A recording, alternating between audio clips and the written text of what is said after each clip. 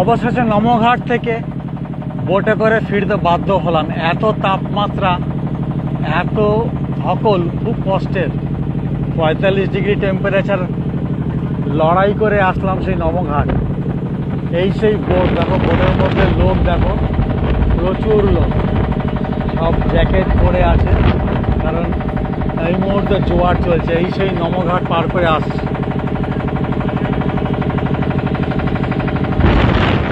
এই সেই ওপরে ব্রিজটা দেখো, যাবো দশাশ্বমেধ ঘাট বা কাশী বিশ্বনাথ ঘাট, সেখানেও যেতে পারি। দারুণ দৃশ্য। এখন কিন্তু তাপমাত্রাটা একটু হলেও কমেছে, কারণ নদীপক্ষের স্রোতটা কিন্তু কম নয়, অনেকটা স্রোত।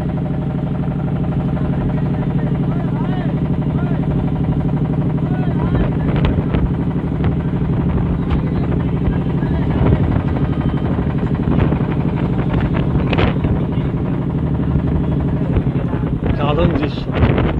বোটে 100 টাকা করে নেবে, নমঘাট থেকে দশাশ্বমেধ ঘাট পৌঁছে দেবে।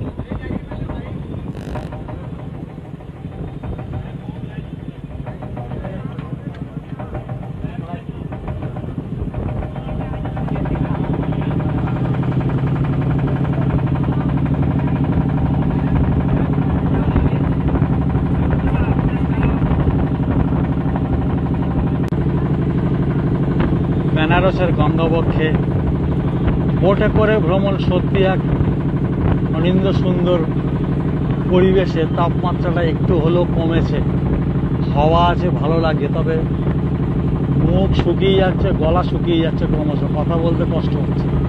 প্রচুর জল খেয়ে ফেলেছি। ফ্রিজের জল ব্যাগে রাখলে গরম হয়ে যাচ্ছে। শীতে খেতে পারিনি, ঠান্ডায় বরফ হয়ে যাচ্ছে, গরমে ঠান্ডা জল গরম হয়ে যাচ্ছে, কি করে খাবো? তাই কারেন্ট যে ফ্রিজের জল নিয়ে খেলাম, বাধ্য হয়ে, কিছু করার নেই। সত্যি এক অনন্য সুন্দর পরিবেশ।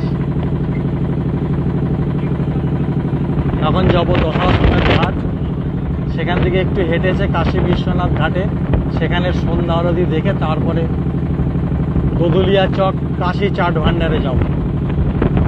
গঙ্গাবক্ষে বোটে চেপে এই সামনে দেখতে পাচ্ছি সেই মণিকর্ণিকা ঘাট। সেই মোক্ষ লাভ হয় যে মণিকর্ণিকা ঘাট, বহু পরিচিত, হিন্দু ধর্মের একটি প্রধান শ্মশান ঘাট যাকে বলা হয়। এই বেনারসি গঙ্গাবক্ষের ঠিক পারে।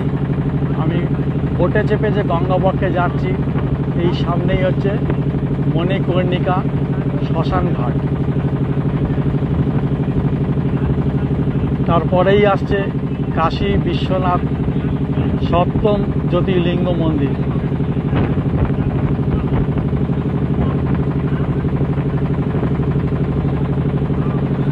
দেখো, প্রচুর শবদেহ পুড়ছে, ধোঁয়ায় ধোয়া হয়ে গেছে।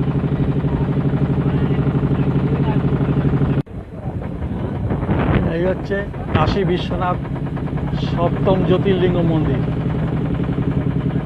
রাত্রে যখন এই লাইটগুলো জ্বলবে, সত্যি অসাধারণ লাগবে। এই হলো কাশী বিশ্বনাথ মন্দিরের গেটটি।